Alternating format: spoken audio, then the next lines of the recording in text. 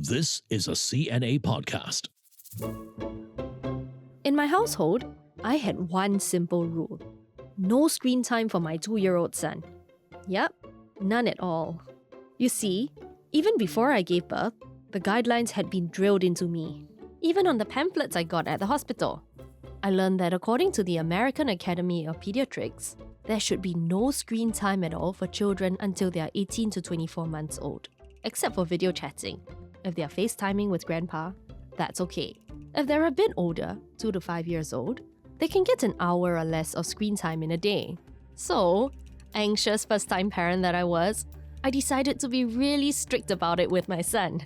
Maybe there were a few desperate minutes here or there of YouTube whenever I needed to distract him from an injection or a haircut. But as far as I was concerned, there was never any intentional screen time other than this. It was something I was quite proud of until one day, shortly after my son turned 2. My son's preschool teacher pulled me aside when I picked him up. "He seems pretty familiar with the phone," she said to me, "and he doesn't seem to be speaking much." Was it because he'd been spending a lot of time in front of screens? She asked. My first reaction was to feel indignant. Why would she think that? After all the care I'd taken, I thought to myself. But immediately afterward, I began to worry. My son was a pretty quiet baby. He didn't babble much and didn't say a word till he was more than 18 months old. We were even referred to a speech therapist by a doctor concerned about him missing his milestones. Did we slip up somewhere? Had someone been giving him screen time without us knowing? I'm Leanne, a journalist with CNA Insider and mother of a 2-year-old boy who is, by the way, getting increasingly opinionated and talkative by the day. And thank goodness for that. Because of what we went through, I could really relate to this young dad I got to know recently. We've got a lot in common when it comes to our sons, including their age. Hi, my name is Daniel. I am 29 this year and I am a very, very proud father of a very, very active son. Not Adam, Adam. Daniel's a radio presenter and his wife, Atifa, is a teacher. Yeah, both of us talk for a living, right? One of the things Daniel loves talking about is his son, Adam. Yeah, he's a very active boy just like me, but he's feisty like my wife. Adam! Yay! Now that he just turned 2, right? It's like a teenager phase, right? Empathize. Yeah. So now is when he's learning to say no. He's learning to say, I want this, I want that. So just yesterday, we were eating. He was playing with his excavator. Then he came to the table and he dug into my food with the excavator. I couldn't help laughing when I heard that, because that's just the kind of thing my own 2-year-old would do. While I'm grateful Evan hasn't discovered the joys of using an excavator to eat his food, Daniel and I both realized our sons were pretty similar in other ways, especially when it came to what they were saying and what they weren't. He's like, one more. And then after that you hear, I don't want. Oh, really? And then good luck to you. Now he's just, no. Oh, with the hand, Yeah, like this, no. Same as my son. Same, 1 or 2 months later, I don't want this. Oh, really? You see, just like my son, Adam lagged behind his peers when it came to speaking. Unlike me, Daniel and his wife had been allowing their son to watch some TV since he was 8 months old. And they couldn't help but wonder, was this the reason behind Adam's speech delay? Sometimes it makes me feel like less of a good parent for him. Because instead of watching all this stuff, I should be the one coming out with the activities to let him learn.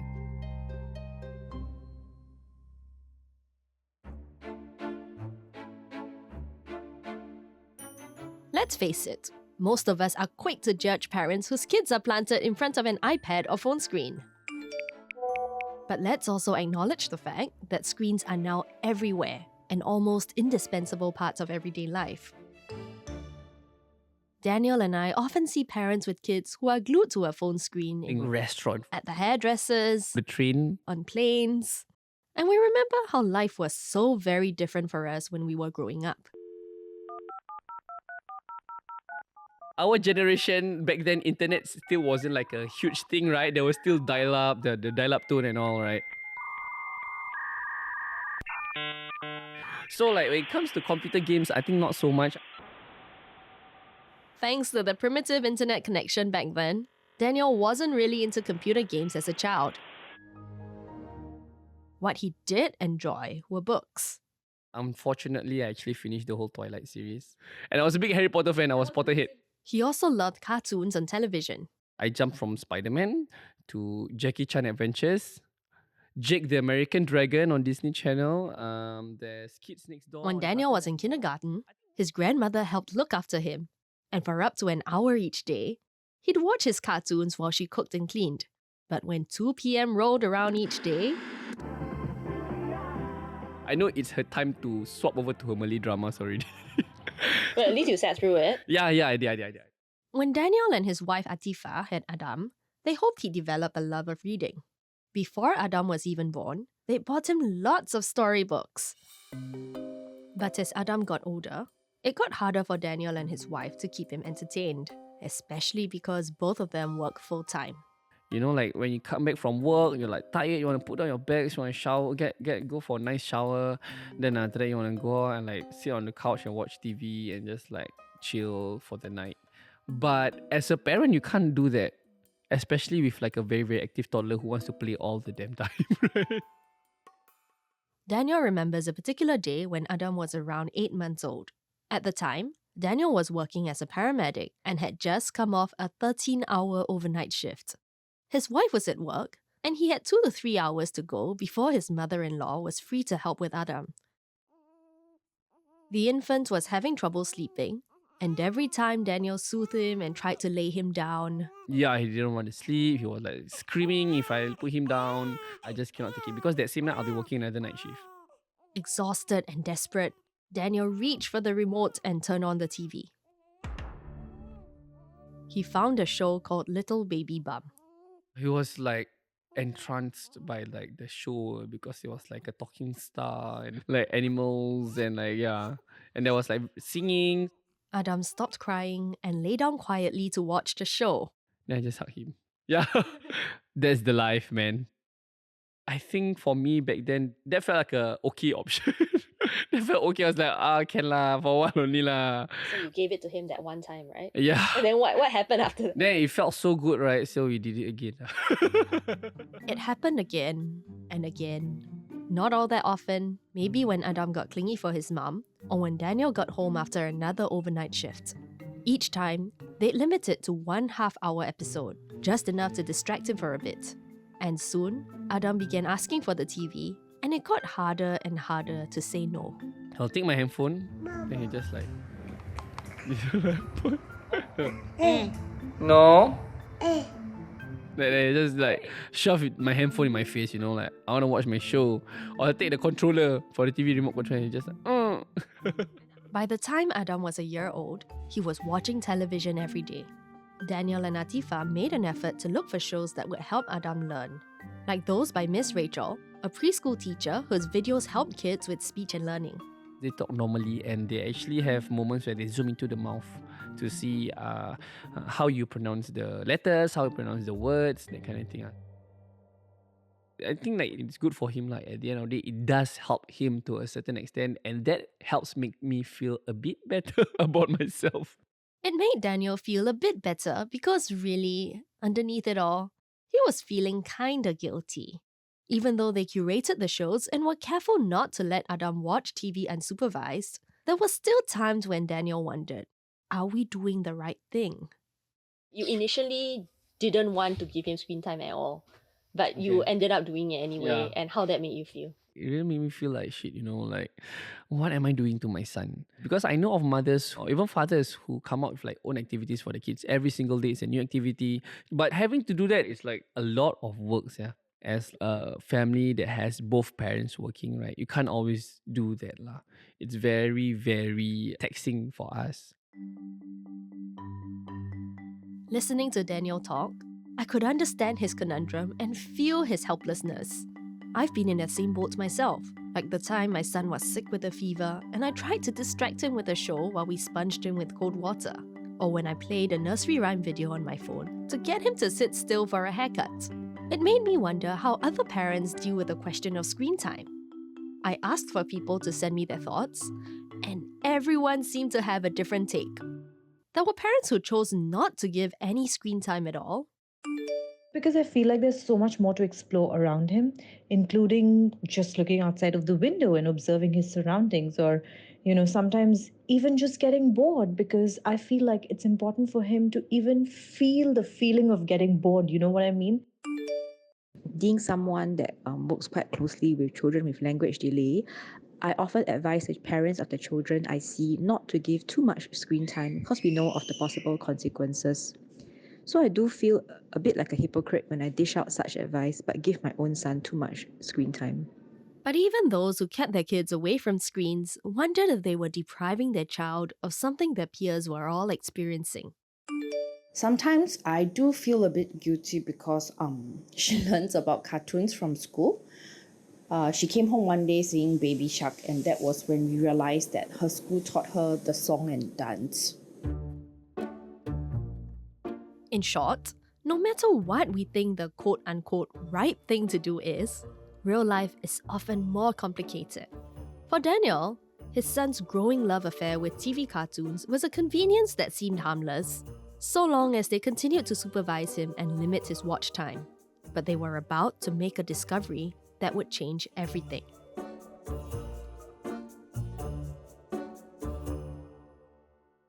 It began with a few small, subtle signs. Adam was about 18 months old when Daniel realized When he watches TV, it's so difficult to get him to look at me. Then when I call him, he doesn't even look at me. He'll just like watch. And after like 5-7 times of calling him, then he'll look at me. Yeah. But if he's not watching TV, he'll straight away look at me. about the same time, Daniel and his wife came across a friend's Instagram post of her children. And that's when they realized how different Adam was. When we saw kids around his age being able to talk, be able to identify a traffic cone, having like conversations with like his mother at 18 months.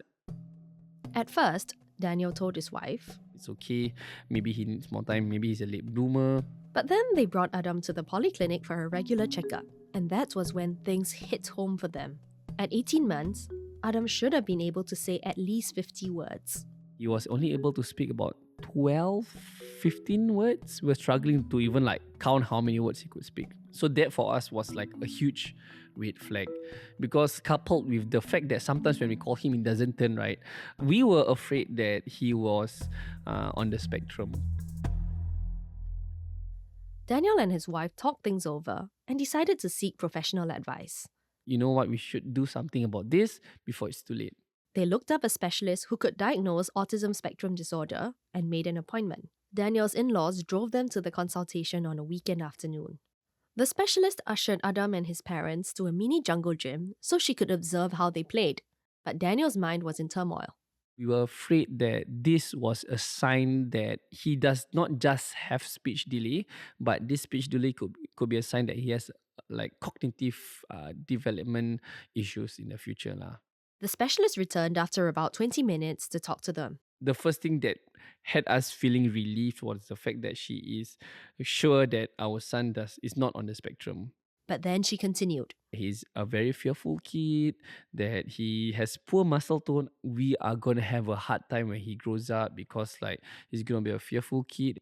I think what turned us off was like she mentioned a lot of bad things and no good things about Adam.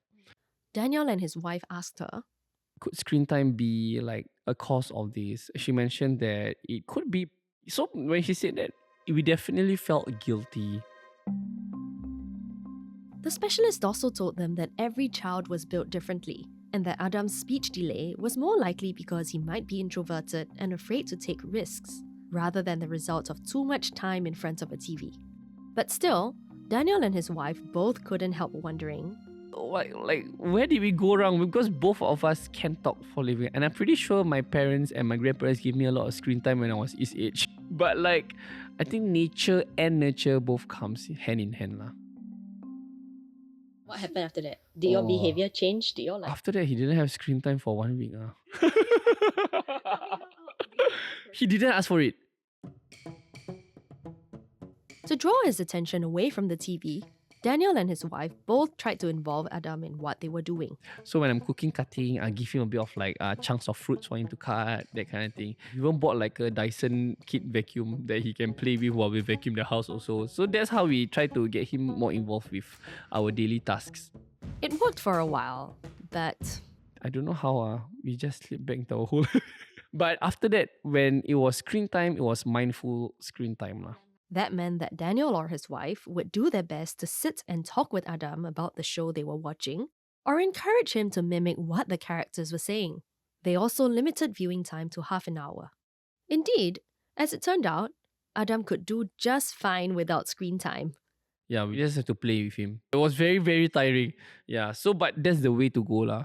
Actually, most times you gotta sacrifice for like your child, right? For the betterment, is that a word? For the betterment of your child, yeah.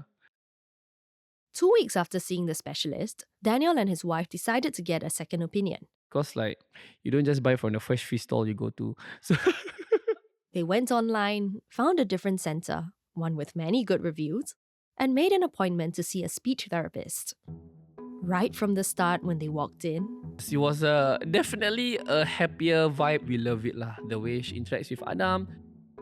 Adam generally very afraid of like people he doesn't know. So that day he was like afraid lah, like scared of her. But what this center did was like, so we had to fill up this form prior to going there, and she asked us to list 3 things that Adam likes. So when we were there that day, she took out 3 boxes. All 3 boxes had the toys we listed down. they were also encouraged that the therapist did not only focus on the negatives, but also the positives. For instance, she showed Adam how to play with a toy microwave and memorize a sequence of steps to heat food up. She showed Adam once and then Adam remembered already how to do it. Yeah, so that was like, oh my god, okay, like even though he might be delayed, oh my god, I want to tear. So even though he might be delayed in the aspect of speech, right? This therapist mentioned that he is quite advanced for his age in terms of hands-on stuff, sequential play and remembering actions, how to do things, that kind of thing. According to this therapist, Adam had a very slight speech delay.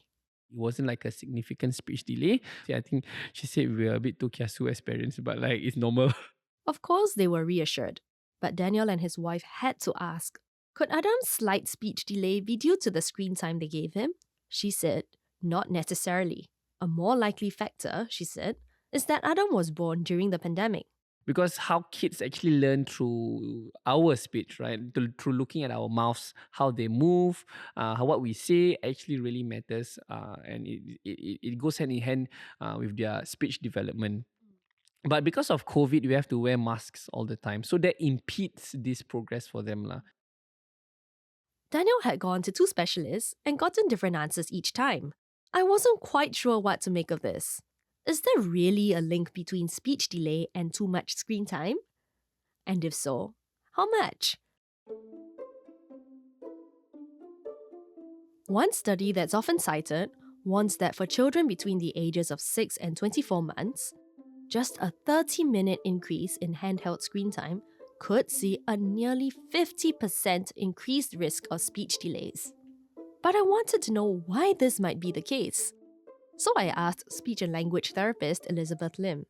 She says that for kids below the age of 2, what's important is engaging them in two-way conversations. In activities where they hear a lot of good language models, a lot of good vocabulary, and they're also encouraged to verbalize. The key here is human interaction. Giving a child a screen removes those opportunities for them to talk or play with another person, Elizabeth says. The screen time, regardless of age, cannot replace real-life social interaction. Okay, so we know what helps a toddler learn to speak. But what actually causes a speech delay? Leaving aside obvious cases such as hearing loss, the answer is still unclear, says Elizabeth. All we know at this point is that there's some correlation with screen time. Your child could have 0 screen time and still end up with a language delay or a speech delay. That's speech and language therapist Ruhi Azhar. Could it be worsened by the fact that, okay, my child is already struggling with difficulties in language, and on top of it, he's also like seated in front of the TV for like 6 hours a day. Yes, that can exacerbate it.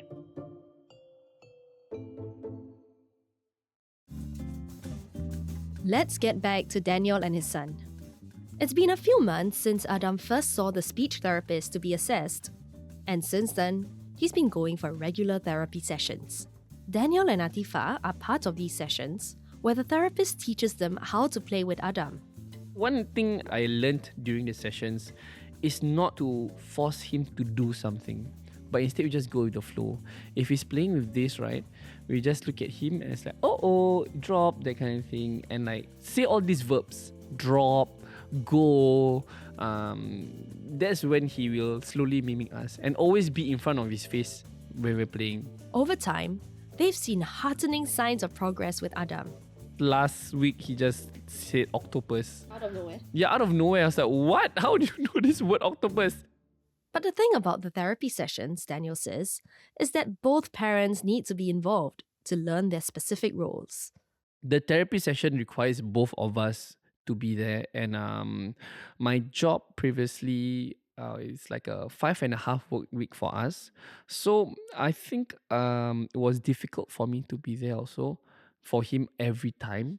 And we had to miss a few sessions because of my schedule. That's when Daniel made a pivotal decision.